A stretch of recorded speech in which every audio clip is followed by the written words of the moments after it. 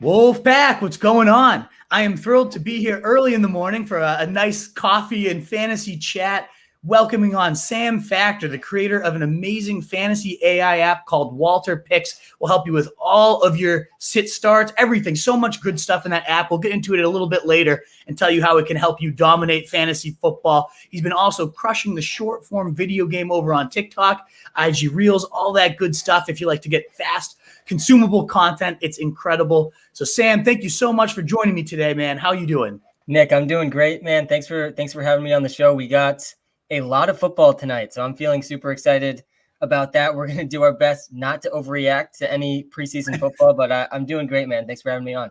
Oh, it's the best. I know it's certainly not like the Christmas day that is when football really comes back, but it's not too far off, especially after we didn't have it at all last year. It's just so good. We're going to have some actual stuff to dive into this year. And that's kind of the point of the show is we're going to go position by position, breaking down the biggest storylines, the players, the battles that you need to watch, the coaching, all that good stuff. We're going to talk about here. What are those things you need to watch over these next 3 weeks to really be ready for your drafts and get the most accurate data points you can?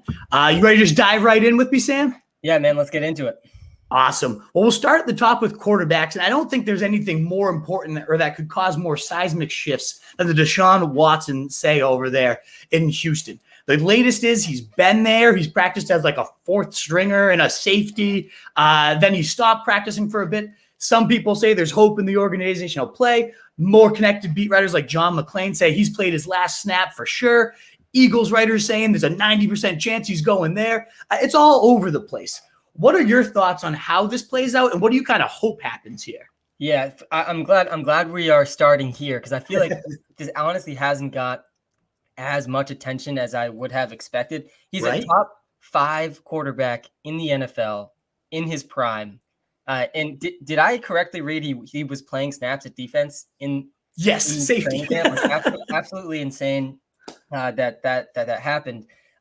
Throughout this whole offseason, I've held the belief that he wouldn't play this season. But as we get closer and closer to week 1 and there's no suspension, I think it's just getting more and more likely that he plays. And I think like we saw this with Aaron Rodgers a little bit too, obviously 2 very different situations, but a lot of reports were coming out about Aaron Rodgers never playing a snap for the Packers again just a few months ago. So I think it's as the days go on and there's no suspension handed out by the league, which I think is kind of wild that there's not going to be a suspension given out. It seems like it might not come till the end of the season. I think he has a very real chance to play for the Texans this season just because he's so good. It feels like he's just getting this special treatment from the league. And it wouldn't be shocking to me at all if we see him play some snaps for the Texans this season. Yeah, I'm in full agreement there as well. I still can't believe we haven't heard anything like you said. And obviously, wherever he goes is going to be a monster impact, a seismic shift to the rankings. This guy led the NFL in passing last year.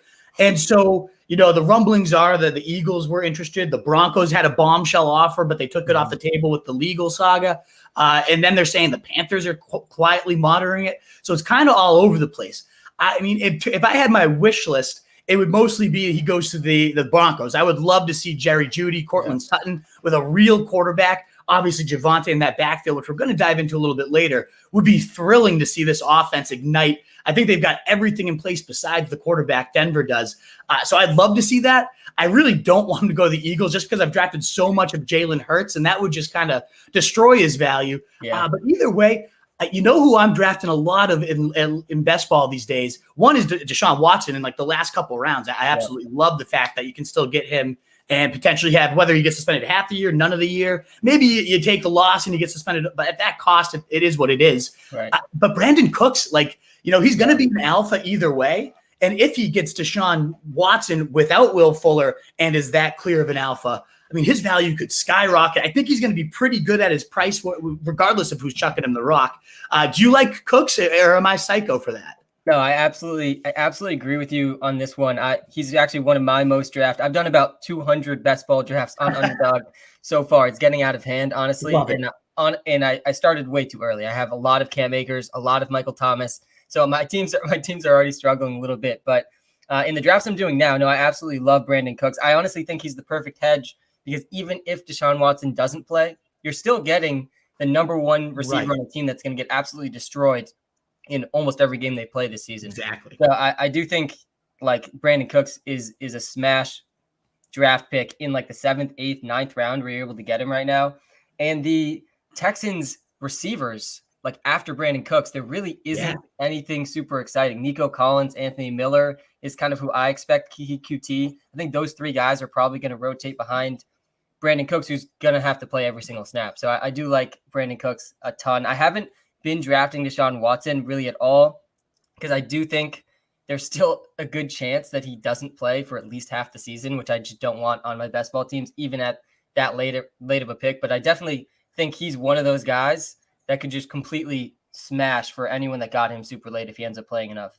Exactly. At that stage, I don't see much upside. And I do such late QB builds too. Usually one of the rookies that we're about to discuss right now, and Ryan Fitzpatrick, pair him with Deshaun Watson and see what happens is kind of my approach so far. Why don't we talk about these rookie QBs, though? All the reports so far in camp are that these guys are lighting it up. We've seen the videos of Trey Lance. It's effortless the way the ball just zips out of his hand and flies down the field. We've seen the reports that Justin Fields is running all over the place. They're impressed with his speed. I mean, he's got the fastest 40 time outside of Michael Vick in NFL history for a quarterback. So both of these guys bring that cheat code Konami upside. Both of them are flashing in camp. They're still rumored to be behind the starters, and that's apparently the team's plans so far. But what do you think is going to happen here? Do you think either of them start by week 1, or when do you see this takeover potentially? Yeah. I think we should go one at a time here because I do think they're slightly different situations. But I want to start with Justin Fields. Justin Fields is a guy that just was generally slept on throughout the whole NFL draft process. I'm super excited to see him play, and you're right. He has 99th percentile speed. He has Michael Vick, Lamar Jackson type speed. Right. I don't think Lamar ran the 40, but he probably would have been something similar.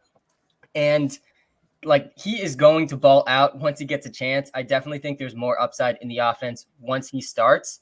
That being said, I think Trey Lance is the guy that I prefer in fantasy football because when he starts, he has similar type of speed, but the offense is going to be built around Trey Lance. Like I just have less confidence in the Bears to build the offense around Justin Fields and just the supporting cast for Trey Lance. He has 3 of like the top 10 yards after the catch players in the NFL, Deebo Samuel, Ayuk, and George Kittle. I think Trey Lance is the guy. If there's any guy that's going to be the Lamar Jackson from 2 years ago or the Josh Allen from last season, I think it's going to be Trey Lance. And the other part too for me is obviously the coaches, even if they thought they were going to start week 1, they shouldn't tell anyone that they think they're going to start week 1. Right. So it's hard for me to read too much into the Andy Dalton's our starting quarterback for sure. And the Jimmy Garoppolo's our starting quarterback for sure, coach speak, because that's what they should say either way. So I don't buy too much into that. I think we're going to see Trey Lance start in the first month of the season. Justin Fields, though, I'm a little less confident about. Yeah, after that Mac Jones smokescreen, how could we trust a word that comes out of Kyle Shanahan's mouth? It's interesting, too, as you said, they designing the offense around Lance. I had a great film guru. His name's Ted Wynn over at The Athletic, one of my favorites. He came on the pod yesterday. It's going to drop, I think, next week. And he talked about all the different options and, zone reads and all that they're crafting. He saw in training camp, he saw in the film, and the ways they're going to use him. And it just is mind-blowing the way like Kyle Shanahan could take that offense to the next step with Trey Lance. And that's why I like both of them. I think if one of those two is going to be that league changer because they both have that leg upside. Maybe it's both of them. Who knows? I think the offense around Lance is a little bit more intriguing, especially the play caller, like you said. So I'm with you. I have him a spot above Justin Fields, but I don't want to leave a draft without these two because if and when they take over, it's going to be beautiful. Yeah, absolutely. And you don't have to spend that much in fantasy on either of them. You're getting them in the 9th round or later in almost every draft. Exactly. And you have like a Ryan Fitzpatrick, like I said earlier, to pair with them until they take over. He'll be slinging it to some great weapons over there. Was a QB1 for all his starts in Miami and has a better situation. Like that's a great way to lead into these rookies and build over to them. And as we keep moving, folks, if you don't mind hitting that thumbs up button, Facebook, YouTube, Periscope, wherever you're watching, shares and retweets, it always helps us continue to grow. It would be so appreciated whether you're live here with us or catching the replay. It'd be awesome.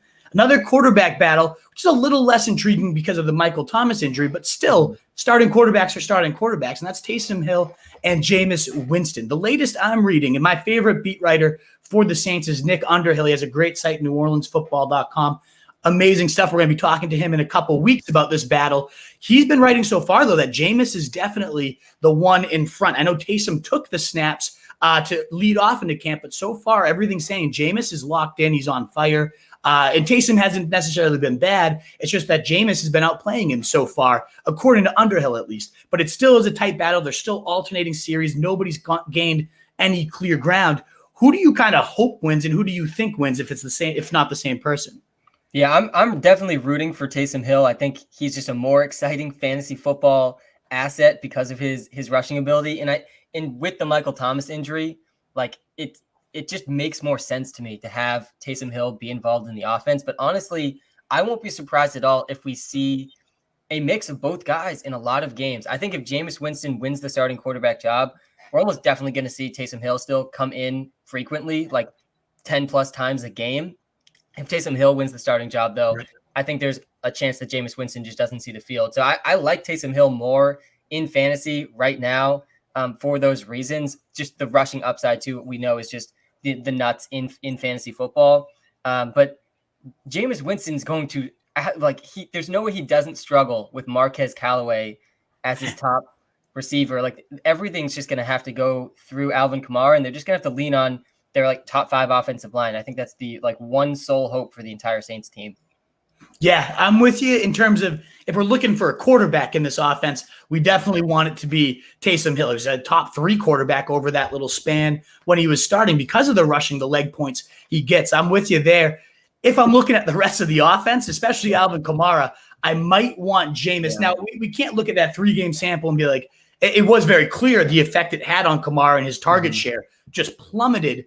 I don't know that it's fair. I think a lot of people are overreacting, saying now he's never going to get a target again because Taysom might start. I think that's a little drawn out. One of the games they were facing the Broncos with a receiver starting at quarterback, they had no reason to really do anything. Game out. We just deleted that whole game from our database. So. Right. We should totally just remove that one. That one wasn't fair to judge any offense by. They didn't have to do anything besides pound Latavius Murray that day. Yeah. But still, for Kamara's value, I might prefer to see Jameis, a traditional pocket passer, behind there for the receivers as well. But in terms of a quarterback, I think Taysom would make much more sense and probably approach top 15 status if he is the locked-in starter behind that line with that rushing ability. Yeah, one thing Underhill – oh, sorry, what were you going to say? The only thing I'd add there, and I think when Taysom Hill started last year, Alvin Kamara's receiving role definitely just plummeted, which is concerning. But the other side of that, too, is when Michael Thomas wasn't playing, Alvin Kamara was a legit wide receiver 1 in fantasy football, even if you just deleted his rushing stats. He was averaging 80 receiving yards a game. He was the number 1 receiver on the team, which is exactly what I expect, without Michael Thomas this season, almost regardless of the quarterback. They almost have to force at least 5 targets his way every game with their current receivers. You know what? I forget the exact how high it was, but I remember there was some stats that he was the wide receiver 4 on just his receiving production, then the running back 12 on his running backs. And of course you combine those and he was the number 1 player in fantasy over that span. But yeah, it was insane. So that could potentially happen and make Kamara that much of a stud, regardless of who it is throwing him the rock. I like that point a lot. The one other thing Underhill did mention in a lot of his articles is the edge he gives to Jameis is they might need, with Thomas's injury, Taysom to play outside and play as a weapon because they're just so depleted right now, and not a ton of people are stepping up, as we're going to talk about a little bit. So it'll be intriguing to continue to monitor this one, see if Jameis has gotten rid of those horrible habits with the interceptions. Maybe the LASIK did fully help him out. Yeah. Another quarterback battle, which I don't know how intrigued I am for either of these guys in fantasy necessarily, but certainly will have a seismic shift on how this offense functions and how its weapons are. That's Mac Jones versus Cam Newton. I see your Pats jersey. I'm also a Boston guy, so I really can't wait to break this one down with you. The reports so far, neither have been overly impressive. I think I saw something from Jeff Howe, Newton's completed 55% of his throws and Mac's only been around 50. But then I've seen other ones that Mac Jones is pulling ahead and looking better, especially in the red zone drills. So it's a little bit all over the place. I think this one's truly going to come down to the wire. The one thing that doesn't make sense to me, though, is the offense are going to be completely different. So how are they doing that? How that's working in camp? I don't know. But what is your kind of look at the situation as a Pats fan? What do you hope happens? What do you think is going to happen? Yeah, I've been a very pessimistic Patriots fan for at least 3 years now, and I am still very pessimistic about the season. I don't think the Patriots have the quarterback on the team that can get them to even 9 wins this season. It's been very discouraging that Mac Jones has been comparable to Cam Newton. That's like exactly what I was not hoping for. Right. I've lost pretty much all hope in Cam Newton as a passer. I think he is still a good runner. Like, he's basically been like a running back in the NFL for the past like 3 seasons. I think he could actually be like a number 1 running back on some teams in the NFL. But I think if Mac Jones does win the starting job, which is absolutely possible as soon as week 1, we still, similar to the Taysom Hill thing, we could definitely still see Cam Newton come in at inside the 5 or inside the red zone, like because of his rushing ability. So from a fantasy football perspective, I want nothing to do with Mac and Cheese, Mac Jones, or Cam Newton. But I think from like a fan's perspective, I'm just really, really hoping Mac Jones can pull away and be something of a future for the Patriots. Yeah, I agree 100%. I probably won't be drafting either of them regardless of what happens. And as a fan, I would love to see what the future holds. And for their other weapons, too. James White, who goes almost undrafted at this point, could be an absolute steal for 0 RB enthusiasts and PPR leagues. Jacoby Myers working that slot area. They're saying he's the most consistent receiver right now in camp. I know your favorite jersey of all time, N'Keal Harry, apparently showing out in camp right now. So any of those guys would significantly get a boost from an arm like Mac Jones over Cam Newton after we saw that horror show last year. And the other side of it, too, is Ryan Hannibal of WEI was texting me the other day saying, Cam didn't have a cast last year, and he's looking a bit rejuvenated because of that. He did have those first 3 weeks where he was a sneaky stud. Then he got COVID and everything just kind of collapsed. But there was some fantasy juice there. So I don't want to completely rule them out, but I don't see myself really approaching this offense. And I just hope it's Mac. I really want to see what the kid has. Yeah, no, I agree. My sole hope for the Patriots this season is the offensive line. I think it's the clear strength of the team that they should, if they stay healthy, be a top 5 offensive line. I think they're going to run some of the most 2 tight end sets in the league as long as Hunter Henry can get healthy. So that is encouraging, but I don't think the quarterbacks are going to be what lead the Patriots to success this season.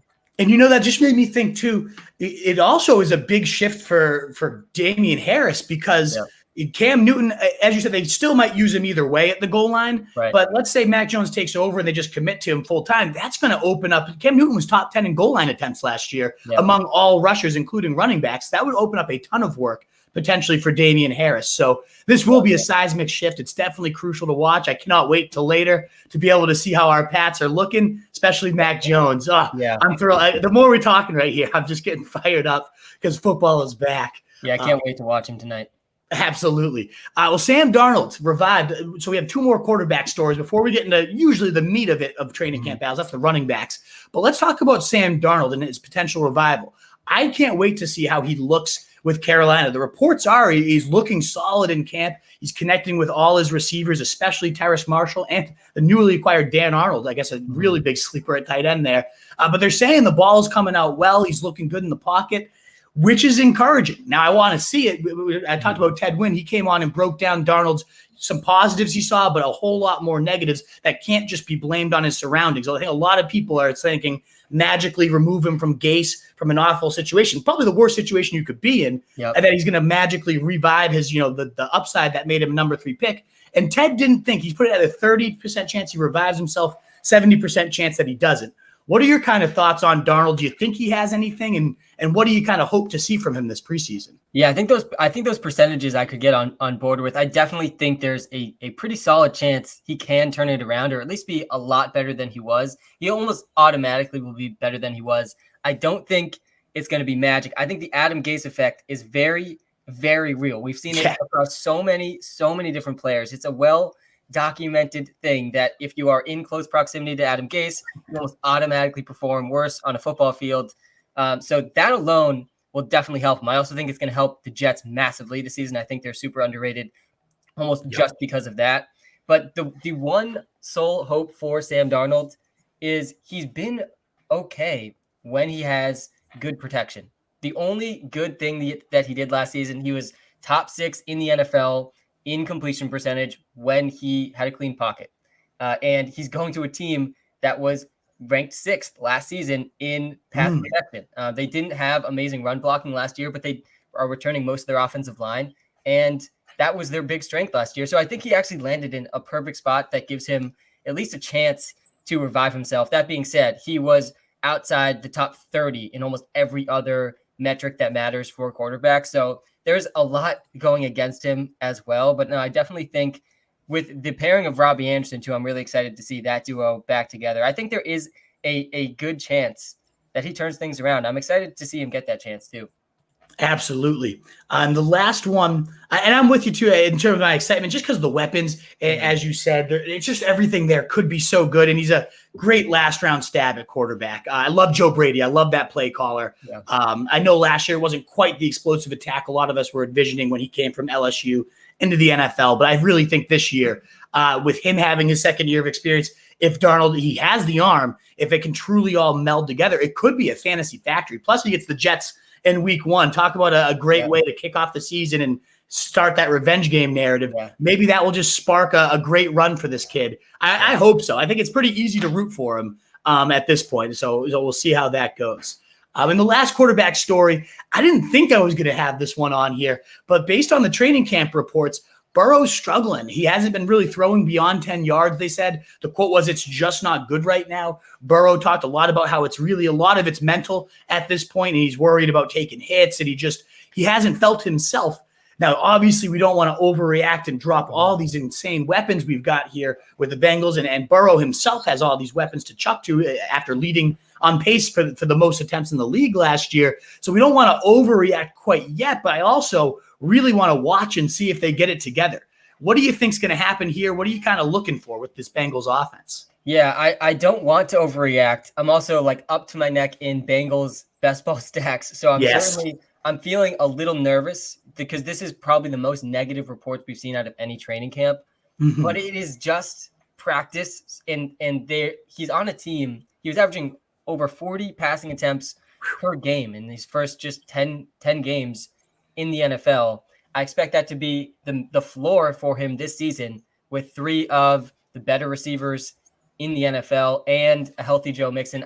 The only concern for me with the Bengals really isn't the concerning training camp reports about Joe Burrow. Like, it's going to take some time. I'm not too worried about it. The offensive line, though, is going to continue to just be by far the biggest concern for the Bengals. They did very little to address it this offseason. I thought they should have gone offensive tackle instead of Ja'Marr Chase. I do think Ja'Marr Chase is still going to ball out in the NFL. So I'm honestly, from a fantasy football perspective, I'm trying not to overreact to this news. I still think all assets in that Bengals offense with the passing volume that I'm expecting are going to be really strong. Yeah, I'm with you too. I'm not overreacting. I mean, it was just a few years ago, people were concerned Mahomes was throwing interceptions in camp. Like, I'm not worried. I didn't react to that. I'm not going to overreact yet unless I'm watching the preseason and at no point do they seem to ever get in sync. Well, then maybe I will. But that's why it's on the watch list here. So I'm with you there, hoping, for the best there for this offense because there are so many explosive pieces there. Well, let's move on to running backs, which is where a lot of these battles really, really come into fruition that we really need to monitor. And to me, there's none more important than the 49ers, given how historically productive Shanahan's zone blocking scheme is. Now, we haven't seen like a true bell cow in this offense in quite some time. So I think a lot of people forget, like, back to Steve Slayton and, Arian Foster. We had, Alfred Morris just a couple of years ago in Washington. There's been some monstrous performances, and just historically, even dating back to his dad's running backs, when they get the guy, it's amazing. And we've seen glimpses of Mostert and these guys dominating in here, but we haven't had one person truly take over. So Raheem Mostert versus Trey Sermon, to me, and maybe these other guys, you never know what they're going to do, Wayne Gallman and Elijah Mitchell as well. But if one of them can jump up to the top, then I'm going to love it. What are you kind of hearing, thinking, seeing with this backfield? Yeah, so I do think, at least to start the season, it's going to be a rotation that does include even Wayne Gallman and potentially Elijah Mitchell. I think Raheem Mostert is going to be the guy that starts games, And I think as the game goes on, Trey Sermon is going to be the lead back later in games, or vice versa. I could see it going either way. I think Trey Sermon definitely has the most upside to become that lead bell cow guy. There's very little chance that Raheem Mostert takes on this huge workload. We've already seen them try that. It didn't go very well. There's also very little chance Wayne Gallman or Elijah Mitchell outproduce Trey Sermon or Raheem Mostert. So I think the most upside is Trey Sermon, but I'm trying to temper expectations a little because I don't think it's going to be very easy to predict week to week which of these guys is going to have the big fantasy day, which is not what you're looking for in your season-long leagues. That being said, in best ball and in later rounds of the season-long leagues, I'd be willing to take a stab at Trey Sermon. I don't really want anything to do with any of the other guys. Those guys, to me, just don't have the upside to be worth drafting. Yeah, I'm with you there. And especially when you mentioned the best ball too, their schedule, and we should have maybe said this during Trey Lance, down the stretch run, I think in the fantasy playoffs weeks 15, 16, 17, I don't know the exact order, but I know they face Atlanta, I know they face the Texans, and I know they face the Titans, and I know the Bengals are within those 4 weeks as well. So 4 of the worst defenses, if and when somebody does take over, whether it's Sermon and also Trey Lance, that could be just a complete league-winning type of stack there. So I'm with you. I hope it's Trey Sermon. I do think he has the most upside. They traded up to get him. They called him and said, you were our guy. We couldn't sit there and sweat anymore. We had to get you. That being said, Mostert did log the 2 fastest runs of the NFL season last year, and they were only in the first 2 weeks. So he can glide. He can get through the defense. I could see this being a committee that actually works, where Sermon's getting the bulk of the work. Mostert works in after the defense has been pulverized a little bit and zips through for a long touchdown too. So I like attacking both of these guys at cost right now, even if it is a little bit of a headache to start the season. And we'll see how the training camp plays out and see if anybody can gain any separation. The other backfield, there's a few backfields with some question marks, including the Cardinals. And earlier in the offseason, all the reports were Chase Edmonds is their bell cow. It's a competition in name only. And since camp started, that really hasn't played out according to the latest reports. They're saying it's a 1-1A situation. They're alternating first-team reps, and there's not a whole ton of consistency right now in terms of establishing a guy. So it sounds to me like it's shaping up to be a committee. Do you think it plays out that way, and do you have any interest in this backfield either way? Yeah, this backfield was so frustrating last season, and I think the most likely scenario is we see something like last season where James Conner is out touching Chase Edmonds and out snapping Chase Edmonds at just a way more inefficient.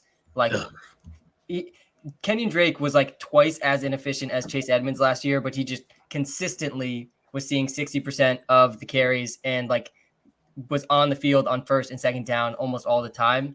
Meanwhile, Chase Edmonds was number 7 in the NFL in yards per touch. Fantastic, efficient receiver. I think that he is the guy that has the upside.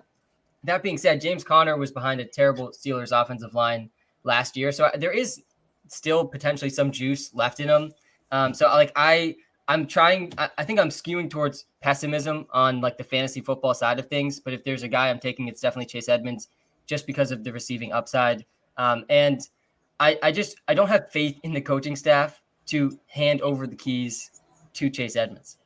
I know it's unfortunate. I'd love to see it. Sadly, I'm with you. I do think it's going to be kind of one of those mind-numbing committees. If he does, James Conner, get that Kenyon Drake role, that led to the top 5 in goal line carries last year. It could be he's got a nose for the stripe. Edmonds has only seen 1 career goal line carry. Yeah. So he's the only one I find myself landing because he goes 3 rounds later than Edmonds. He has the touchdown equity upside. Even if Edmonds is such a more exciting player, I'm with you. I don't trust the staff to use him right because they haven't yet. And Connor also has the connection as his running backs coach came over from the Steelers and brought him in. So he has that past history. If I'm going to go someone, it's Connor at the discount, but I'm really not targeting this backfield. Yeah, no, I like that. I think one of the biggest mistakes people make in fantasy football is assuming optimal coaching. It doesn't happen as much as we want it to. But I think the James Conner thing, I think that's a good call. Honestly, I think people overrate how much James Conner's struggles last year were his fault. Really, if you go back and watch the Steelers games, a lot of his struggles was he just got the ball and got tackled literally immediately because the offensive line was so terrible for the Steelers last year. Exactly. Well, a running back going in that kind of range who I'm a whole lot more interested in than either of those guys is the Jets' Michael Carter. So far in camp, they're saying he's already getting time with the ones. You love to see that. They're not playing any games as a coaching staff. They're getting their best players on the field and not making him earn it, in some weird way. And they're also saying he's looking a clear step above, and that's not too hard to do. The competition's Tevin Coleman, Ty Johnson, LaMichael P. Riley. It should be Michael Carter. It's looking like it is going to be Michael Carter. And is that your expectation? If it is, what do you think of him? Yeah, it is my expectation that he leads this backfield in touches, yards, probably every single stat, touchdowns, receptions this season. I do think there will be some semblance of a rotation, but just like you said, I don't know if there's a guy in the NFL that has easier competition than Michael Carter. Tevin Coleman to me has been toast for at least 2 years, and I think he's going to be the number 2 running back on this team. There's been some positive buzz about him in training camp, which I'm definitely just ignoring. I think that Michael Carter is a guy that has league winning upside in like 9th, 10th rounds of fantasy drafts. That being said, he was a 4th round pick, and the vast majority of guys picked in round 3 or later don't pan out in the NFL. So I'm trying to temper expectations a little bit. And honestly, his pro day was a little worse in terms of like his athleticism than I was hoping for, but I do think there is upside just because there's just no competition. Exactly. And he's a great pass catcher too. So even if the early down work might be split up, I really think he's going to end up blowing up as a receiver there. In fact, Thor, who came on our podcast a couple months ago over from Roto World or NBC Sports Edge, whatever they're called these days, he came on and said this was his favorite pass catching back in the entire class. Wow. So I'm really excited to see how he evolves into that role. We've already seen some of the highlights of him running deep and catching things one-handed. I'm so excited to see how that role, and if he takes the early down work too, he's played in a zone scheme his whole life. He even said, I'm so happy I got drafted by the Jets in this scheme they're going to implement. The 49ers, we talk about how great that scheme is. It's the same exact one they're putting in there with the Jets. So it could be a moneymaker. I think the Jets could be the most underrated team in the NFL. So I think there definitely is upside with the Adam Gase effect. They potentially have the best quarterback they've had there in like a decade too. So there's definitely some optimism just for the whole team on my end.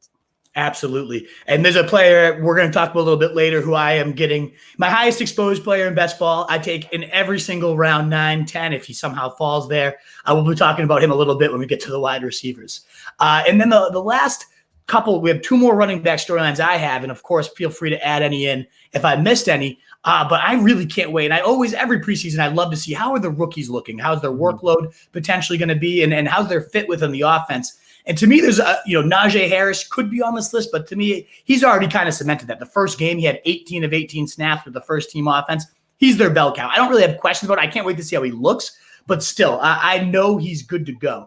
Whereas Travis Etienne and Javonte Williams are a little bit more up in the air. So what we know so far is with Etienne, it's going to be a run-heavy attack. They've already said this offense is going to center around the backfield, which is great for him, but also that James Robinson's looking faster. He's looking as running as hard as he ever did last year and is still going to have a very sizable role. In fact, John Shipley projects he's going to lead the team in snaps, which wouldn't be great for Etienne. Meanwhile, Javonte is also running the clear behind Melvin Gordon so far in camp, but then also getting praised at the same time by Pat Shurmur for his 3-down skill set, looking more mature as your rookie. So it's a little murky. I still love these talents, though, and think they can emerge. What are your thoughts on these backfields, and what are you looking for? Yeah, no, I'm definitely more confident in both of these guys than Michael Carter, largely because of the draft capital that was spent in them. Both of these teams spent significant draft capital. The Broncos even traded up for Javonte Williams. And honestly, the most exciting thing I've seen about Javonte Williams, I don't know if you saw the clip of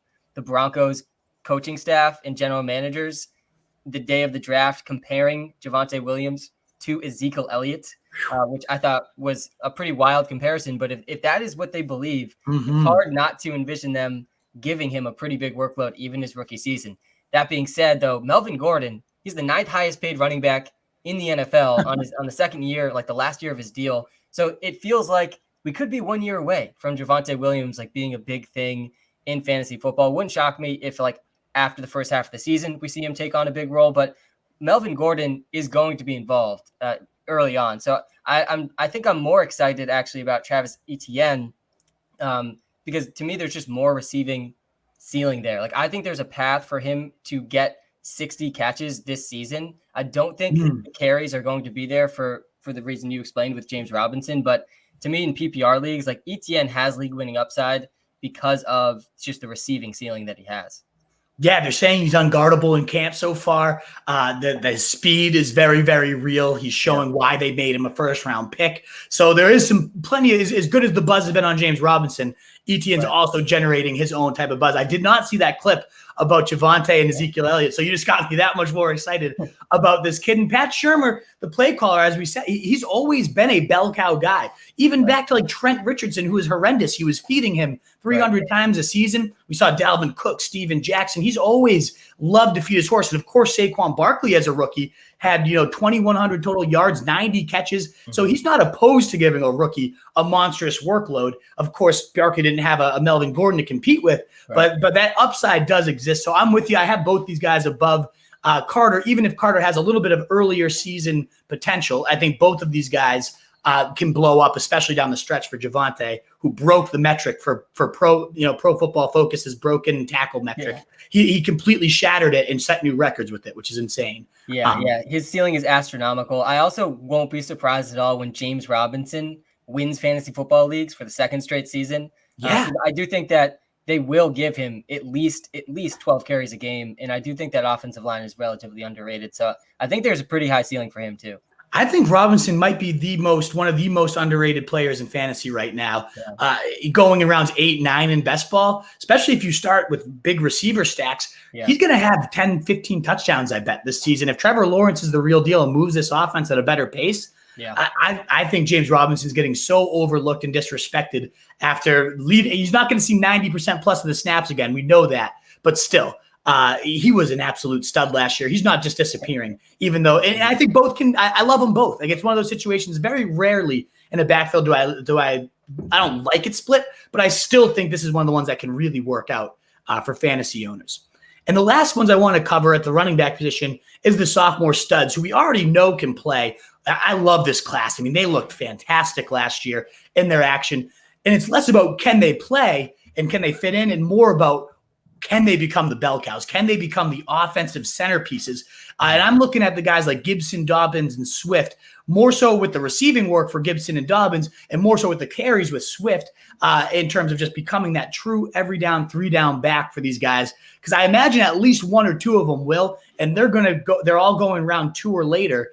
And whichever one or two do become that, they're going to be league winners. So I'm going to definitely be monitoring their usage over the preseason. How do you kind of look at these sophomore studs, and what are you looking for? Yeah, 100%. At least one of these guys is going to be a league winner. I think the guy most likely is Antonio Gibson. He averaged 100 yards per game and a touchdown in just games with at least 50% of the snaps. Like, just give him at least 50% of the snaps, and this guy is going to ball out. Anything above that, you're going to have a league winner. So I absolutely love Antonio Gibson. In the second round of fantasy drafts, I've been taking him all day long in that range. I definitely think J.K. Dobbins and Swift also have a chance to be league winners. I think it's a little less likely. J.K. Dobbins is a guy, though, that I feel like people are like, yes, Gus Edwards is going to be involved. Lamar Jackson obviously is going to be involved in the running game and in the red zone. But that doesn't mean J.K. Dobbins can't be successful. Like, if you look at the last 5-6 games of last season, J.K. Dobbins averaging 80 yards a game and a touchdown. Gus Edwards had at least 10 carries in most of those games. Lamar Jackson was involved in all of those games. Like, there's still a path for J.K. Dobbins to have success, even with the Gus Edwards and Lamar Jackson. It's the most run-heavy team in the NFL. So I do think there is definitely a path to the ceiling outcome for J.K. Dobbins. I don't think the receiving role will be there. There's reports he's a better receiver this year. But Lamar Jackson, we just know he doesn't throw to his running backs very frequently. As for Deandre Swift, it's almost the opposite. I think Deandre Swift's ceiling is in the receiving game. Like, he is similar to Travis Etienne for me, has a path to 60-plus catches this season. And if he just does that, he will outproduce his current end of third, beginning of fourth round fantasy football cost. So he is dealing with an injury, I think I read recently, which is a little concerning. Yeah. Just to me, the Lions are like an even worse version of the Patriots, where the whole clear strength of their team is the offensive line, which is good for DeAndre Swift. And they just have an abysmal receiving core. It's even worse than the Texans somehow. Like I have no idea who's going to start at receiver for them. I don't think we'll know until week 1, and it probably will change throughout the season, which to me makes a pretty clear path for both TJ Hawkinson and DeAndre Swift to just get peppered with targets this season. I could really see Swift, if he stays healthy, catching 75, like 80, one of those insane running back seasons. They vacated over 65% of their air yards and their targets. They also vacated 60% of their carries. Like, everything is wide open for this guy. I just hope he can get healthy and seize it. But I'm still taking that stab. Because of these injury concerns, he's starting to fall to like mid-round 4, I've seen in some best ball drafts. I'm going to gobble that up every single day. I'm with you. I think Gibson is the best of these sophomore guys. We had on Greg Paulson over from the Washington Sports Radio. He was amazing. He talked a lot about how much more refined that Gibson looks coming out of the backfield in his routes, better in protection. He thinks, those 110 targets that went to McKissick, they might not all go to Gibson, but he was like, if he could get 70, a good 60% of those this year and keep McKissick off the field. So I love it. And yeah, Dobbins, I'm with you. All the reports, I don't know if I fully buy him that he's going to start getting peppered with targets, because Lamar just never has done that as good as he is, as efficient of a runner. I mean, highest yards per carry last year. I like him in round 3. I don't love him typically at that price, though. Well, let's move on now. We got a couple people just saying, good morning, guys, at the vet watching the show, shouting us out, RSJ and Coffee. Love it. So sending the love to us. We appreciate you guys tuning in. As always, I'll answer any questions you guys have after the show. Once Sam has logged off and whatnot, I'm happy to answer all those mailbag questions. I see you coming in, Mohammed, with some, so I love it. Keep those coming in, guys. I would love to answer those for you. But let's now move on to wide receivers. And the wide receiver I am most intrigued to watch, it's 1A, 1B with the next guy we're going to talk about, but Mecole Hardman in the Chiefs' number 2, number 3 receiver battle. I don't really need to spell out the upside that comes with being a key part of Mahomesian aerial pie there. It's as good and delicious as it can be. But what I am really intrigued by, Nate Taylor came on our pod yesterday. We've been killing those beat writer interviews, and he's been over at The Athletic writing about how Mecole Hardman's more refined, more mature, attacking practice in a new way. The light switch seems to really have gone on. That's great in practice. I cannot wait to see, especially the 49ers versus the Chiefs this weekend. So we get our guys, Trey Lance, Trey Sermon, all that. And then we could also go watch on the other side, Mecole Hardman in this Chiefs offense. I want to see it actually happening on the field. But man, am I buying into it? Like, why not at round 9, 10 price right now? See if you can get this piece that could really ascend. What are your thoughts on Hardman, and what are you looking for with him in this Chiefs battle? Yeah, no, I'm super excited to see him ball out this season. His rookie year was super encouraging. He was number 1 in the NFL in yards per reception, number 1 in the NFL in yards per target. He scored a lot more touchdowns than people realize in his first year. Basically, like, when he was on the field, he was just running deep and catching touchdowns. He caught a touchdown on almost a fourth of his targets as a rookie, which is just insane. But then his sophomore season, like, he did take this step back, and that is definitely concerning that he couldn't carve out a role. Last season, Sammy Watkins really wasn't playing most of the time, and when he was, it wasn't a big part of the offense. He's gone now. There definitely is a path to the ceiling outcome from Mecole Hardman. In seasonal leagues, I'm not expecting him to be consistent enough to like trust him on a week-to-week basis. Like, I think it's going to be very difficult to predict which week is going to be the Mecole Hardman like blow-up week, but they're going to come this season. Yeah. This guy is 99th percentile speed. He fits perfectly with what the Chiefs are trying to do, and he has the least competition he's had in his entire career. So I do like him a lot for the upside. I like him a lot in best ball. I definitely think he has like plenty of wide receiver 1 weeks in him this season, but it also won't surprise me if we see lots of like 5-point couple target weeks out of Mecole Hardman.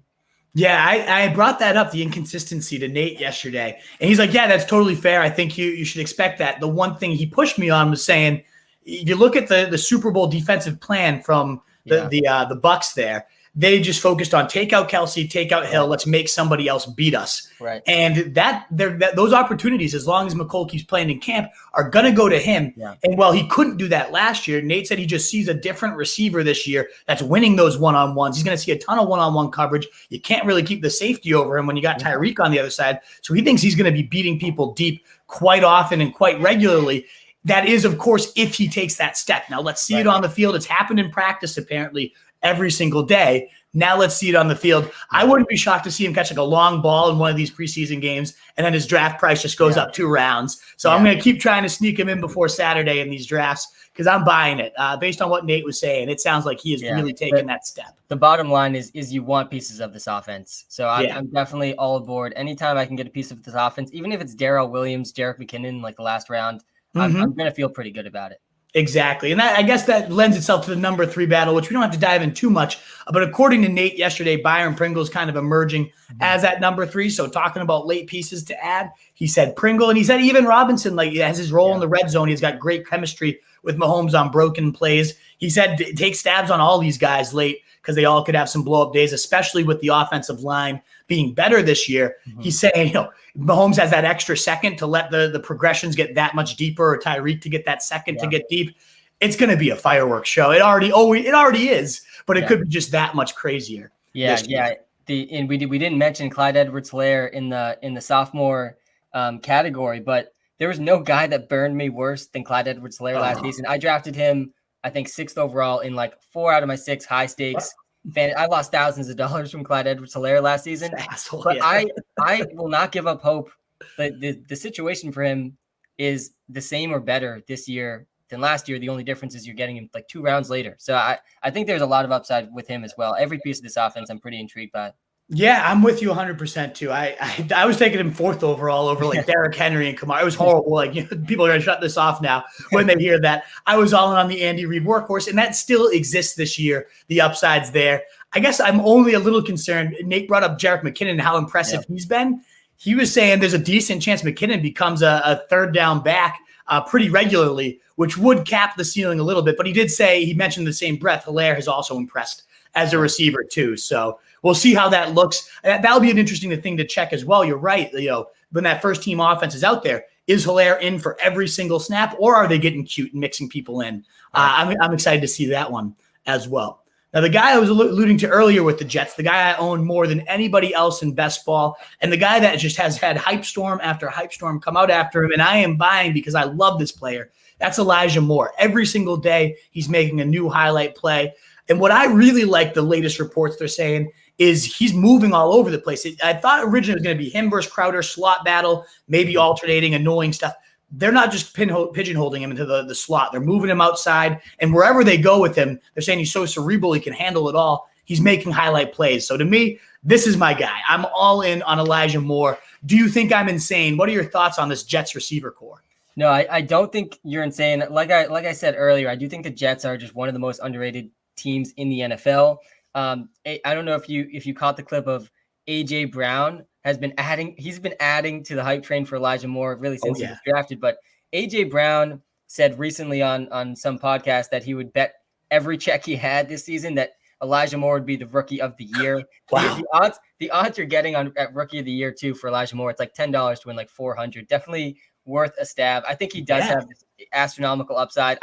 That's really all I need to hear. If he's anything in the realm of AJ Brown, thinking that this guy is going to ball out in the NFL, I think that's a pretty big vote of confidence. I do think I won't be surprised, like if Jameson, Elite Crowder, which is what I like to call him, leads the team in targets. And I think he's going to be like an every down slot player for the Jets, especially with Elijah Moore moving around. But the ceiling is definitely like the sky's the limit for him. So I'm definitely excited to watch Elijah Moore this preseason and this season. Yeah, I think Crowder's a great name to toss out there. He was, I want to say, the wide receiver 3 in fantasy before he had that little injury pop up last year. He was a hog. He was killing it. And I know Gase has loved targeting slot receivers, and that might be part of it. But Crowder's a really good player that's going in round 16, 17 right now among nobodies who have done nothing yet in the NFL. So I even if I'm getting more, now I'm feeling more comfortable. Before I was like, you had to have one or the other. But now that I know Moore is kind of moving all over the place and it's not going to cannibalize each other, I have plenty of stacks with Moore, Crowder, and then Zach Wilson in the last round as a quarterback stab. I like it a lot. I'm with you 100% on the Jets, with Moore being my favorite piece. But yeah, I think Crowder has taken way too big of a hit for what he could bring to the table. Yeah, definitely. Another rookie receiver who I wasn't all in on, but the more and more I read about him, I'm starting to get there. That's Terrace Marshall. And I really liked him as a player coming out. I love the connection with Joe Brady from LSU, who went out and got his guy. But what's really, piquing my interest here is the fact that he's operating as a big slot receiver there with the Panthers in their early practices. Joe Burrow's top targeted receiver for all 5 years, the past 5 years, has been a slot guy. Again, Gase loves that. Yes, Gase was part of that. But even before Gase got there, Quincy Enunwa was his top target out of the slot. In college, his top receiver was the slot guy. And this is where Terrace Marshall played under Joe Brady. So it seems like a very seamless transition at a position where Darnold really likes to pepper. There's good weapons around him. I doubt he leads the team in targets or anything crazy like that, but I still think there's a path to some value. What do you think of Terrace Marshall there? Yeah, they're definitely. I would be very surprised if he led the team in targets. There's certainly a really high ceiling in terms of just the arc of his career. He has the draft capital as a second round pick. LSU just pumps out impressive wide receivers over just the last decade, with Justin Jefferson being the latest example. So that alone is also a good sign. But he comes from like a very interesting college career. He really was injured throughout his entire college career. He didn't have a season with more than 12 games. In 2 out of his 3 seasons that he played, he didn't eclipse even 10 games. But when he was playing, he was absolutely balling out, surrounded by really good other receivers. So he definitely has this like high risk, high upside type of wide receiver profile, which is exciting. I do think though, like DJ Moore is very good. I would be really surprised if he somehow becomes the alpha wide receiver over DJ Moore in this offense. And I definitely think Robbie Anderson and obviously Christian McCaffrey will be involved. So I have really not been drafting him much in fantasy. I just think he, like best case scenario, almost he's the 4th guy in targets on the team. But long term, I definitely think there's a lot of upside with Terrace Marshall. And I think you're right in your assessment of the target tree. I don't see him going above Anderson, Moore, or McCaffrey. Right. Thing is he could be a red zone monster. I mean, 6'4", that's where he did a lot of his damage in college as well. Yep. And again, that slot that Darnold likes, I think there's a lot of upside. You might want to consider him a little more, Sam. But I do want to make sure that's one of the things I'm watching is he actually playing in the slot? Is he in there with the first team? And what is his rapport looking like with Darnold? So that's why he's on the watch list here. I can't wait to see for sure.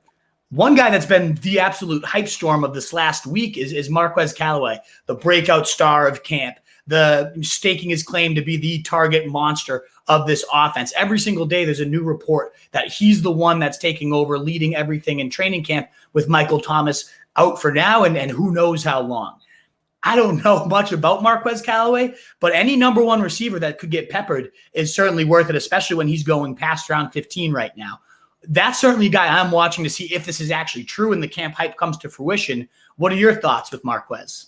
Yeah, he actually, so he didn't play that much last season. I think he played a total of 8 games, but in those 8 games, half of them he played over 50% of the snaps, and in those very small sample size, those 4 games, he averaged like 7 targets a game. So he was actually more involved in the games where they gave him a workload than I would have expected until after diving into the numbers a little bit. I definitely think there's a path to him to 7+ targets a game, which is enough for me to take a stab on him in fantasy football, especially where he's being drafted. But he's an undrafted wide receiver. He is still young, so there's definitely some upside. He isn't the fastest guy, but all the reports we're seeing out of training camp is that he is the clear number 1 receiver for the Saints. I do believe Alvin Kamara will be the actual number 1 receiver for the Saints with Michael Thomas out, but there's definitely a path to relevance for Marquez Callaway in fantasy. And this Michael Thomas stuff could definitely drag on just like it did last season. Yeah, it sounds like it really could. There's even rumblings now that he might be disgruntled enough to demand a trade. Who knows what happens there? And Traequan Smith's been hurt throughout camp, and the team seems like they're getting pretty fed up with him just never really being available or performing even when he is. Right. I think there's a real path for Marquez to be that number 1, at least for the first half of the season or until Michael Thomas comes back, and maybe he might be gone anyways. So, yeah, I'm definitely buying in. Why not at his price tag go for the potential alpha that's just impressing everybody. Everyone's saying he is just going in and winning every single battle one-on-one that he's doing. Even without these impressions, as you say, he's not very impressible as a specimen, but if he wins, he wins, and that's all that matters to me. So very intrigued. Another battle is who's going to be number 1 for the Ravens. Now, I kind of hoped and assumed it would be Rashad the God Bateman, but now we've got that injury. That's one of my least favorite injuries. He was behind Elijah Moore, probably my second highest exposed receiver because I was loading up on those two rookies where they were going. Hopefully a fast recovery. They're saying it's week to week, and maybe he'll be ready for week one. Still losing valuable time to forge that rapport right now. And on the flip side, Sammy Watkins has been apparently the most impressive player in training camp. Has that history with Greg Roman as well. Mm-hmm. It's so hard to get hyped up and try to get excited about Sammy Watkins after so many bust seasons.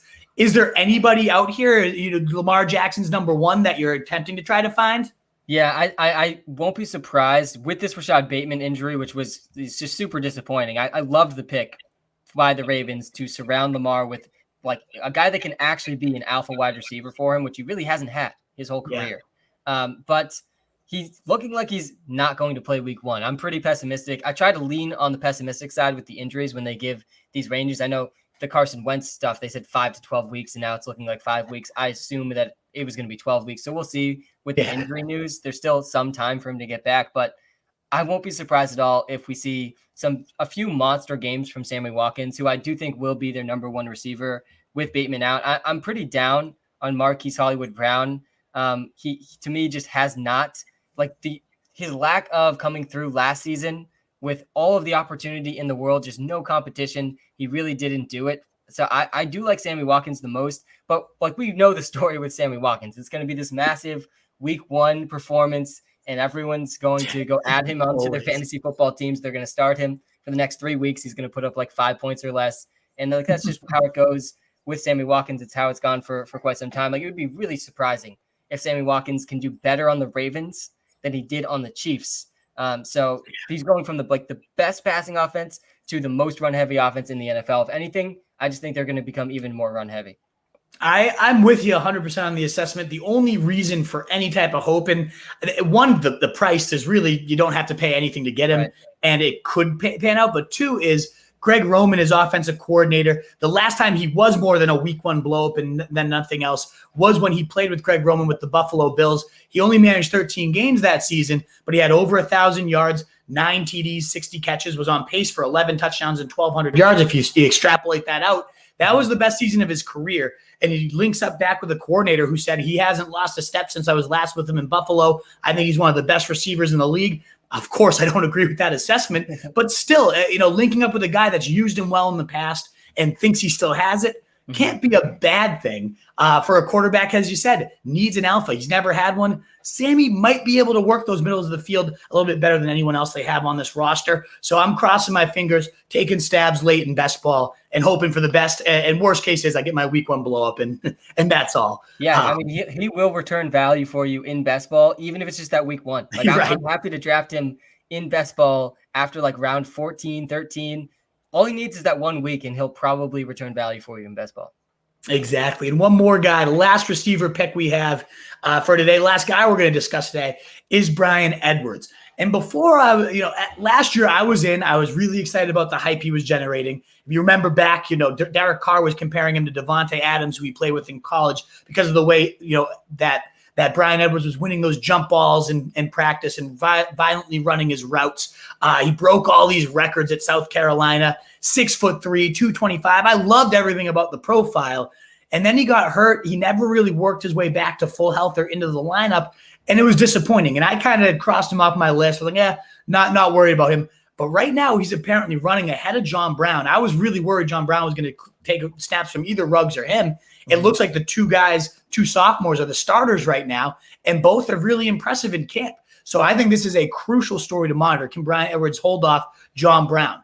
Do you think he can, and are you interested either way? Yeah, I definitely think he can. I would honestly be surprised if he doesn't. And I think that what the Raiders have done this offseason, I'm a big believer that there's like 2 times a year you can see what NFL teams are thinking. It's in free agency and in the draft, and they let their best wide receiver from last season walk. The Patriots overpay Nelson Aguilar, and then they bring in John Brown, who is not going to take that role that Nelson Aguilar had. John Brown we know what John Brown is. He's been in the league for quite some time. He's going to be a decent, like, situational deep threat, which is what he's been in the league for a while when he's healthy.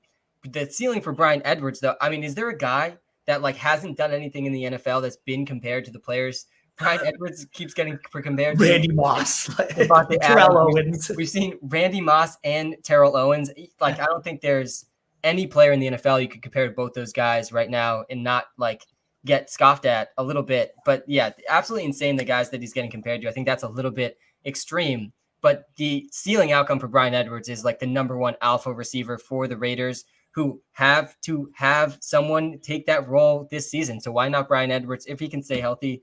I definitely see like the post sleeper hype coming for Bryan Edwards.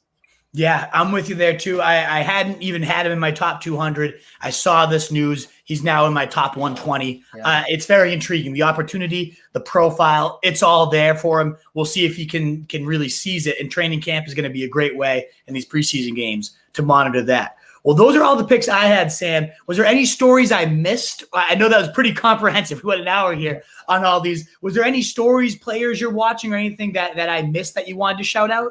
No, I think we hit on a lot of great things. I don't think there's anything big on my mind that we missed. The only last thing is, like, do you think that Darrell Henderson is going to get a 3 down every down workload? Because to me, Darrell Henderson's either going to be this massive hit or just a complete bust.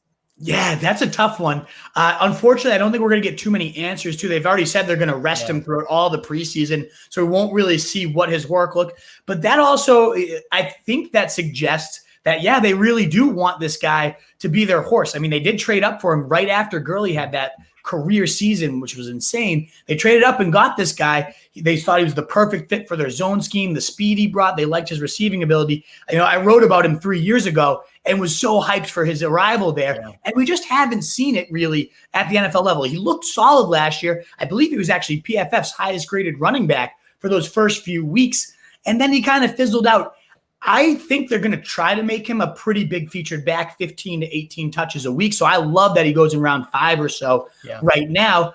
I'm not confident, though, that he can hold up to that work. So for that situation, I'm actually more intrigued to watch Xavier Jones and see, you know, how does he look? Because that might tell us if he's going to really force a committee, or if something happens to Henderson, could this guy really be something valuable? He's definitely, I think that's a great backfield I should have had on there that we need to be monitoring without Akers there now. Tons of open volume. I mean, they've been top 10 in rushing touchdowns all 4 years. McVay's been there. Top 10 in rushing yards 3 out of the 4 years. It's certainly a good offense that wants to establish the run and should be even more explosive with Stafford there. So I'm going in for it. Like, it's worth at that 5th round price. Even if I don't fully believe he'll seize it and take over, it's worth the chance that he becomes their next Gurley. What is your thoughts on the situation? Yeah, the ceiling, I agree. The ceiling is definitely there. I'm nervous. I was also super excited about Henderson in that draft. That was like the first draft that I did like serious analysis and did like pre-draft rankings about all the rookies in that year. He ended up going the 3rd round, so I definitely knocked him down after the draft. But he averaged 9 yards a carry in college, which is just absolutely insane to think about. Like, he basically got a 1st down on average on his carries. But he, like, and Tony Pollard did a similar thing at Memphis. The offensive line at Memphis those years was just absolutely insane. I don't think I fully realized it at the time, but whatever they were feeding those offensive linemen at Memphis was just insane. They were averaging close to 10 yards a carry like every game. But the ceiling for Darrell Henderson is, like, he also was a good receiver in college. So I do think that's definitely something I'm monitoring really closely this preseason. Is Xavier Jones a guy that I did not know existed until, a month ago or less? Is he actually good? Like, I'm interested to see what he looks like this preseason. That's definitely something I'll be watching closely. I think Xavier Jones is a great name to shout out. He's been my favorite round 14, 15 running back target after I've gotten my stable of 2 to 3 in best ball. Loves taking him towards the end to round it out just to see what happens. Either way, there's going to be some value. It's been such a valuable backfield, whether it ends up being Henderson, whether it ends up being Xavier Jones. I like getting them both. Why not? Because there is going to be some value to come out of that backfield. Well, why don't we wrap up here, Sam? If our listeners are still with us here, whether they're live viewing or they're listening to the podcast, they clearly liked your takes, and they sure should. I really loved talking ball with you here today. Now, I'd love to learn a little bit more about what is Walter Picks and how can it help our listeners dominate their fantasy leagues in 2021? Yeah, Nick, thank you so much for having me on. Yeah, so Walter Picks is an app that I've been building for honestly less than a year. It was first launched like right before week 1 of last season. And it's really just been getting built on more and more over the last 10 months, really. But what it is it is an app powered by Walter, the artificially intelligent algorithm that I've helped build over the last 3 years that has had more accurate projections than ESPN, Yahoo, a lot of the other big projections that are out there that are trackable. We've been beating them for like 3 straight seasons. And we really have built this app in a way that gives a range of outcomes for every single player. So there's machine learning projections for like the median projections, but then also we're running simulations on top of that to get like a floor and a ceiling for every single player. Because this is how I try to approach the game of fantasy football without being overconfident in our analysis, because there's so much variance in the game of football. So I want to know, like, what's the worst case scenario? What's the best case scenario? And kind of as the draft goes on, I want to be targeting best case scenario for guys. In the early part of the draft, I'm thinking I want like the best possible worst case scenario for the guy that I'm going for. So in the app, you'll find a who do I draft tool, a who do I start tool, a trade analyzer for season long and dynasty. There'll be transactions advice throughout the season. We've also built lineup optimizer for DraftKings and FanDuel, all within the app. And then we also, my favorite thing is the player props, something I've gotten super into the last 2.5 seasons. We've had our algorithm identify 200 exploitable prop picks over the last 2.5 years. And it's had over 60% accuracy so far. That's really like where I have personally made the most money in the NFL. So that's what the app is. It's been a super exciting project to work on. And I'm just excited for this season with all the improvements we've made to it. Awesome. Well, everybody, I will once again encourage you. Sam is a super smart guy. So check out that app. I downloaded it. It's so clean, easy to follow, easy to use. It's awesome tool. I got to encourage all you guys out there in the Wolfpack. Give it a go if you're on Apple. I know you said eventually you're looking to get on Android too, right? Yep. Yeah, we'll get there for sure. Well, Sam, is there anywhere else you want to direct our listeners to make sure they can connect with you and find more of your work? Yeah, so you can follow us on TikTok and Instagram at Walter Picks. On Twitter, we're at Walter Picks app. You'll find me mostly on TikTok. Big believer in that platform, Nick. Definitely think I'm encouraging you to get on there. Definitely.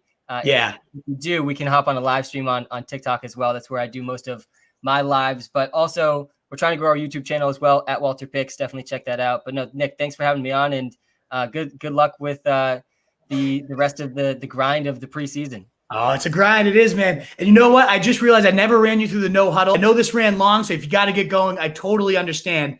Do you want to hit the no huddle, though, with me? Let's do it real quick. Awesome. So 20 burning questions, rapid fire takes. Let's hear what Sam's opinions are on these. In order, the first 3 picks of every 2021 draft should be. Yeah, the first 2 are easy. It's Christian McCaffrey, Dalvin Cook. PPR, I'm going Kamara. If it's non-PPR, half PPR, I'm going Kamara. Non-PPR, I'd probably go Derrick Henry.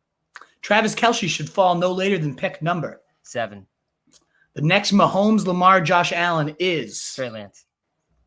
The veteran who gained the most value this offseason. Oh. Tom Brady. Ooh. That was a tough one. The veteran who lost the most value. Oh. David Johnson. The rookie 101 should be. I'd probably say Najee Harris. Who do you think is the biggest rookie flop in this class? That's a good one. Probably Mac Jones. The current NFL player that you hate the most. That's a good one. I try to skew positive, but if I had to pick one, it would probably be Deshaun Watson. What's the mid-rounder that ascends to 2022 early rounds next year? Travis Etienne. Who's the free agent you think crushes in his new home? There's a lot to choose from. I'll take Marvin Jones. An early rounder, 1 or 2 that busts the hardest this year. It's going to be Jonathan Taylor or Nick Chubb. Oh boy. A late round league winning RB receiver or tight end. Jameson Elite Crowder. Love it. Most important training. Well, we just did a whole podcast on that, so I don't think we need to cover that one. I guess if you have a story, all the stories we covered, which one do you think the one is you're watching? I think it's the rookie quarterback battles. It's just going to have such a big impact. The sophomore RB that you want the most and you want the least. The most, I'd say Clyde Edwards-Helaire, and the least is probably J.K. Dobbins. Will Aaron Rodgers leave? Oh, we already know this one. That was before. But we know that he's staying. Do you have Adams as your number one receiver now, or does anybody else overtake him? Yeah, it's Devonte Adams or Tyreek Hill. Player you'd least like to fight? Oh, my God, A.J. Brown. He's a monster. Most intriguing coaching hire of 2021? Oh, probably it's probably the Jets. Yeah. You won't leave your 2021 fantasy drafts without. This is a good one. I think if you asked me this a month ago, it probably would have been Cordero Patterson, which I feel like is that's who I was taking the last round of every draft. But no, now I'd probably go Travis Etienne with this one too. And your boldest fantasy football prediction for 2021? I think that my boldest fantasy football prediction for 2021. I think that I want to choose a good one here. I think my boldest prediction. Let's go with Damian Harris finishing as a top 10 running back in fantasy football. I love it. I love it as a Pats fan. I love it as a fantasy fan. If he gets that workload, which I think he's going to, he could totally eat for that. Yeah, I love it. Well, Sam, thank you so much again for your time. We really, really appreciate it. Best of luck this season with Walter Picks and everything. And everybody, make sure you check out that Walter Picks iOS app as soon as you can. It's a fantastic tool. Thanks again, Sam. Have a good one, Nick. You as well. All righty, guys. And let me now bring up any questions you guys have. Tunes is watching at the Vets. Good morning, Mitch. What's going on? What's up, Jack? Great to see a legendary Wolfpack member there. Let's go. Pumped to be back. I'm pumped to have you back, man. Jeremy Bolchek, will you update your overall rankings list again before the season starts? Of course I will. We got preseason action. We got more training camp. There could be injuries. You know it. Every Monday, in fact, you almost did this as like a promo for me, I think, Jeremy. I planted you, right? Every Monday, I'm going to do what's called the Monday market check, where I update it based on the preseason action of that week. Now, I also know that people draft most often on the weekend. So if there's a preseason big swing that happens over the weekend, I will, of course, be ready to update that, to get the cheat sheets, all that good stuff ready for you guys in your drafts. But yes, of course, I can't keep the rating static. There's so much more data to mine in these next few weeks with all these stories we just talked about, Jeremy. So yes. What's going on, Mohammed?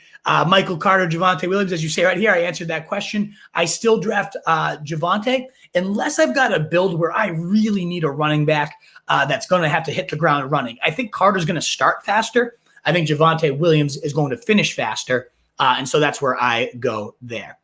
RSJ and Coffee, love it. Indeed, DiLorenzo. Listen to the pod with Barrett. How do you balance drafting rookie running backs and their upside versus making sure you have wins in the first same week? Some of the young running backs may take time. I absolutely agree, Travis. I think that is a wonderful question. Thank you so much for asking it. So a guy like James Robinson, we were talking about earlier on the pod, right? There are still some pockets of later round guys that are falling. James Robinson, if I draft Javonte Williams, might get me a few of those early weeks. Raheem Mostert, is going to be involved early on in that battle. So I might go for him if I've drafted Travis Etienne, things of that nature, where I want to see these rookies play out. You're thinking about it the right way. You kind of answered your own question while you asked it. You have to find those pockets of guys that are guaranteed some early season volume, even if their long-term projection might not be so hot. So I think Robinson's a great guy that's following a lot. I think James White, really deep. Gio Bernard's going to get a ton of catches if you're going way down the line there. And also, as I mentioned, Raheem Mostert. So those guys, James Robinson, Mostert in the early rounds, and then some guys that are guaranteed volume late. And now I like to swing for the fences when I go late. But if I've swung for the fences a little bit early, like you're saying, I might need to temper get a little floor built in late with the James White. Damian Harris is another one I love in that range. James Conner is going to be involved at the goal line. He could be a good guy, a stopgap to some of these rookies. Melvin Gordon, the guys that are with these rookies, right, might be the guy to target when you draft them so that way you can bridge to it. Melvin Gordon and Javonte Williams, they will probably have some volume until they take over. So I'm 100% with you there. Brandon Haas, good to see you, man. You got your draft this Saturday. I love it. I know I promised you early mock drafts. Man, we've been so busy. We've had so many great beat writers that we're going to be broadcasting live on YouTube that we've already recorded. I want to get those drafts in for you. You can DM me, Brandon, at Roto Street Wolf if you haven't already, and I can try to sneak one in even if I don't do it live here. to let you know what I would do. But that is so fucking exciting. I'm pumped for you. Make sure you check out RoadTreeJournal.com. All my rankings will be there to help guide you if you'd like to use them. Rushing floor of Trevor Lawrence. I like Trevor Lawrence. Now, here's the deal, though. One, I think it's going to be a very run-centric attack. Darrell Bevel, the last time he had a rookie quarterback, led the league in pass attempts for he's had Sanchez, he had Russell Wilson. This has happened to him before. And he's always, and that's Schottenheimer as well, their play caller. They've always led the league in rushing attempts when they had a rookie quarterback. So I think there's going to be a ton of rush attempts. And I'm a little nervous about Tim Tebow. I know that might sound psycho to you, but yeah, I'm a little nervous about him for sure. Thoughts on the camp news about Ja'Marr Chase? So yeah, we talked a little bit about that, Brandon, early in the show. I'm not too worried about it. This guy's elite. He's always been a great separator, and even if he can't, he's great at the jump ball contested situations. I am a little worried about Burrow and the knee, and he's not long removed from tearing 3 things in his knee. You got to be a little nervous about. So that's one of the most important things you got to monitor in camp here is how does he look? Do they get the rust shaken off? Do they look okay in these preseason games? So I am absolutely with that. Preach on Bateman. Yeah, I wish he was the guy. I think he could be the guy. It just depends on how long this injury lasts. Who are your best mid-round targets at receiver, like 4th, 5th round? Love Brandon Ayuk, Brendan. Love T. Higgins. Like Ja'Marr Chase, even with these reports, I still think he's going to be A-okay there. But those Brandon Ayuk, the sophomores, and T. Higgins are the 2 I most often find myself landing. If somehow CeeDee Lamb ever fell there, but he's going around 3 now. He would be way at the top of that list. I'm trying to think if there's any other names that I really frequently land. I think a little bit later, a couple rounds later, I like Cortland Sutton even with the knee. I think he's going to round into form as well. Great show. Got your draft coming up, Michael. I love to hear it. I appreciate your kind words, and thanks for tuning in. As always, and this is for everybody, if you haven't already subscribed and if you want to hit that bell, you'll know when we're going live, and I'll answer all of our questions leading up to your guys' drafts, as I always do to end each show. Who starts first, Lance or Fields? I think it's Fields. I think Andy Dalton is less competition than Jimmy, and Fields a little more pro-ready. That's my guess. I think both by mid-year, though, are going to be winning leagues. Have you looked at teams with top tight ends, KC, LVS, Kansas City, Las Vegas, San Fran, and being able to support 2 receivers? Debo's going mid-round. More buzz about McCole Edwards.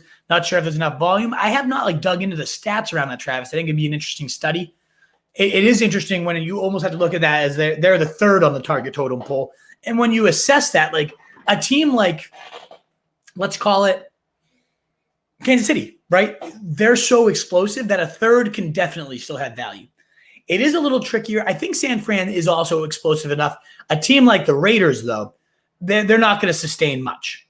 So I'm with you there. Here comes the Brandon question onslaught. I have a meeting at 10:30, so I might have to cut this a little short depending on how many you have here. But let's get to them all. Woods versus Cup. I'm a Woods guy. Love them both. I actually updated my projections, and they came out as the wide receivers 11 and 12, neck and neck. So I'm higher on them than consensus, and I love them both. I prefer Woods, though, myself. Godwin or Evans. I like Evans. I go for the big play, the upside, the wide receiver 1 alpha, and that's him to me. But again, I love them both. But neck and neck, I go Woods for the Rams. I go Evans for the Bucks. Thoughts on Pitts worth the ADP? Oh, that's such a tricky one, right?